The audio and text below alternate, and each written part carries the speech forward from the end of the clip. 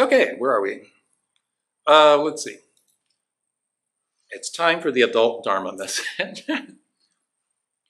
Today, we commemorate the death of Shakyamuni Buddha, the human being who awakened to reality, reality as it is, and becoming Buddha, the awakened one, and whose Dharma teachings, the Dharma, crosses all borders and all languages and all cultures to offer all people 84,000 paths to becoming Buddha.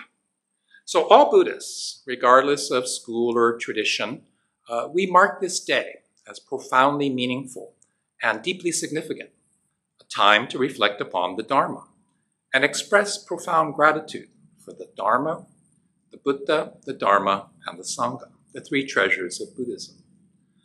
More than 2,500 years later, the Buddha's teachings, the Dharma, continues to provide inspiration, guidance, and refuge from the chaos of this samsara world of self-centered delusion and confusion. On his deathbed, Shakyamuni Buddha encouraged his followers to be a lamp unto yourself, be a refuge to yourself. Hold fast to the truth as a lamp. Hold fast to the truth as a refuge. The words of Shakyamuni Buddha in his final words on his deathbed. So I think, many of us are very familiar with the story of Siddhartha. Excuse me.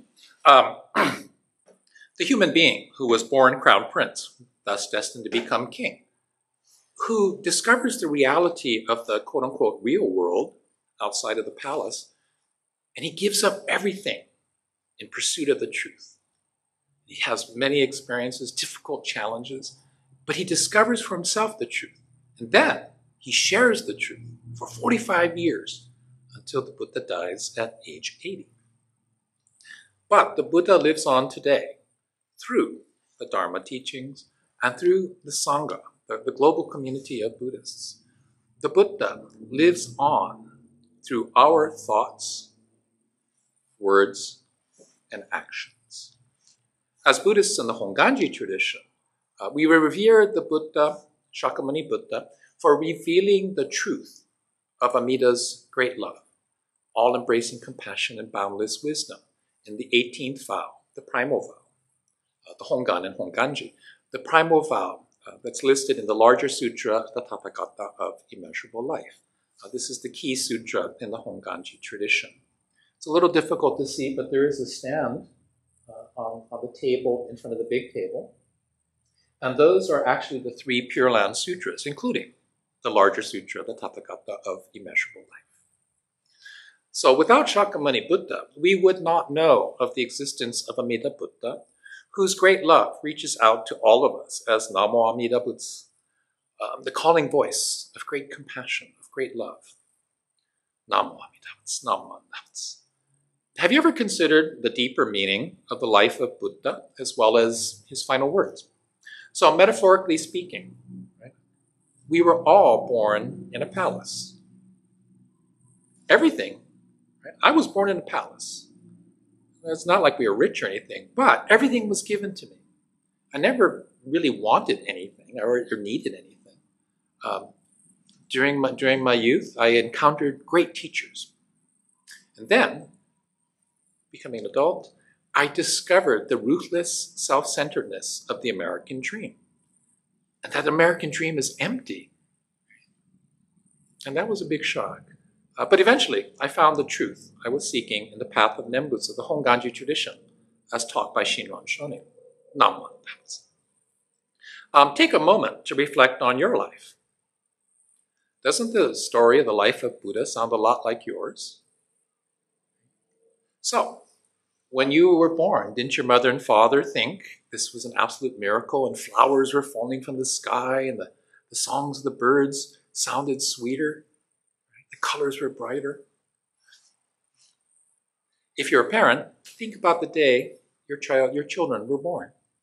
If you're a grandparent, think about the day your grandchildren were born. So, Eventually, Siddhartha marries the most beautiful princess in the world, and then he ventures outside the palace for the first time into the real world. He encounters death, illness, and aging. And he decides, why are so many people suffering? He eventually leaves the palace. He leaves the palace at age 29, after getting married to the most beautiful woman in the world. And he sits under a tree, right, searching for enlightenment. And eventually finds it. So again, taking the story of the life of Buddha as a metaphor for your life, it's actually the story of your life. How is it going to end? Which stage of the Buddha's life story are you at? Have you discovered the truth, the spiritual understanding that you seek? If not, are you willing and able to give up everything and become a monk? No? Me neither. And that's why I'm a Honganji minister. The story of the life of Buddha resonates with people today precisely because it forces us to reflect upon our own personal human weaknesses and limitations, our own journey on this path of human existence. Not everyone is willing and able to become a monk and dedicate every moment of each day in pursuit of spiritual understanding, the truth that they seek. My ego self, my ego would like to think that I have what it takes to become Buddha, relying only on my self-power, because I am clearly a superior human being to all those other guys. Amida smiles when I think like that. Namo Amida.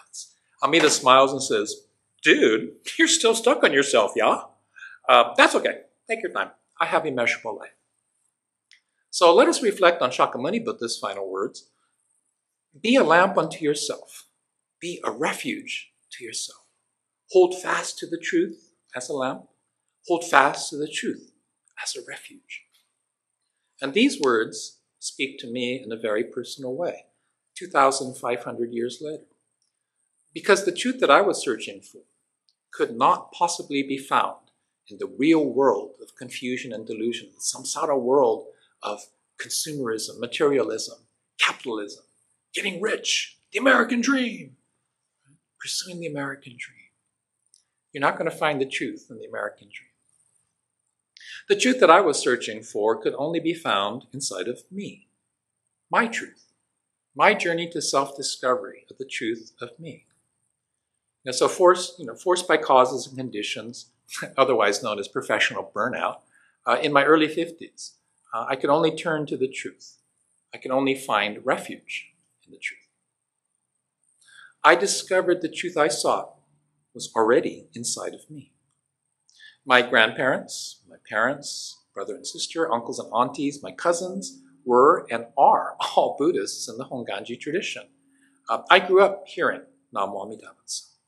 I grew up listening to Dharma talks by great teachers, Reverend Dr. Taitetsu Uno, the late Reverend Dr. Uno, and also Reverend Tetsuo Tetsuno, and also their father, Enryo Uno, in Japanese, which I didn't really understand very much at the time.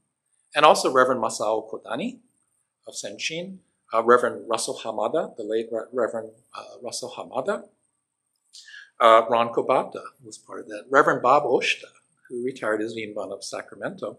That generation of young American Buddhist ministers. I grew up with that. And all of my friends and extended Ohana, the extended family, they were all Buddhists. So the Honganji, the temple, was literally my refuge in a world of confusion and delusion that was Los Angeles of the 1960s. So refuge was given to me. The truth was given to me. Namo Amida Butsu was given to me. So as I got older and pursued the American dream, my journey took me farther and farther away from the truth, from the refuge. So in reflection, the refuge that I so desperately needed, I was seeking it. Eventually, I was forced to walk away from my pursuit of the American dream. And I realized there will never be enough money. There is never enough. There is only more, want more in the American dream. So having spent my entire adult life in the pursuit of an empty dream, I was angry, confused, and looking for someone to blame. So again, Amida smiles and says, okay, dude. Here's a granddaughter. Melody, that's you. Go to Honolulu and change her diapers every day for a year. And you figure it out. It's okay. Take your time. I have immeasurable life. Namo Amida Butsu. So in the course of becoming a passionate diaper changer, I realized the truth had been staring me in the face the whole time. As an executive, my success was about cleaning up other people's poopy messes. So in other words, my professional career was preparing me to be grandpa, changing grandbaby's diaper. That's it. So my struggles and disappointments on the journey of life, until that moment, my own anger, greed, and stupidity were all preparing me to discover the truth that I had been so desperately seeking all the time. The truth had already been given to me. Namo Amida Butsu. Namo Amida Butsu. So again, the last words of Shakyamuni Buddha speak to me. Hold fast to the truth as a lamp. Hold fast to the truth as a refuge. The truth I needed to discover for myself was inside of me the whole time. The truth I needed to discover for myself had been given to me by my grandparents, Bachan and Jichan on both sides, my mom and dad, the Sangha temple community, and by Amida always smiling at me and saying, dude. So the truth I needed to discover for myself is Namo Amida Butsu. Namo Amida Butsu. And Namo Amida Butsu simply means take refuge in Amida. Let Amida's great love touch your heart. Let the light of wisdom illuminate your way. Hold fast to the truth as a lamp. Hold fast to the truth as a refuge. Mahalo, Shakyamuni Buddha, for sharing the Dharma with me, of all people, more than 2,500 years later. Namo Amida Butsu. Mahalo, Amida, for calling out to me, of all people, with the gift of becoming Buddha, when I am born in the Pure Land, when I pass from this world. And mahalo to all of you for taking the time to listen this morning. Namo Amida Butsu.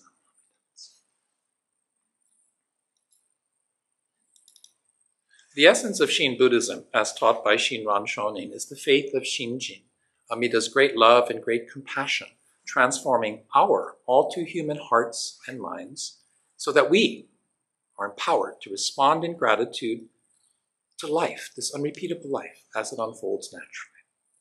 Just say mahalo. Again, mahalo for listening this morning. May your day be filled with aloha. Namanda, namanda.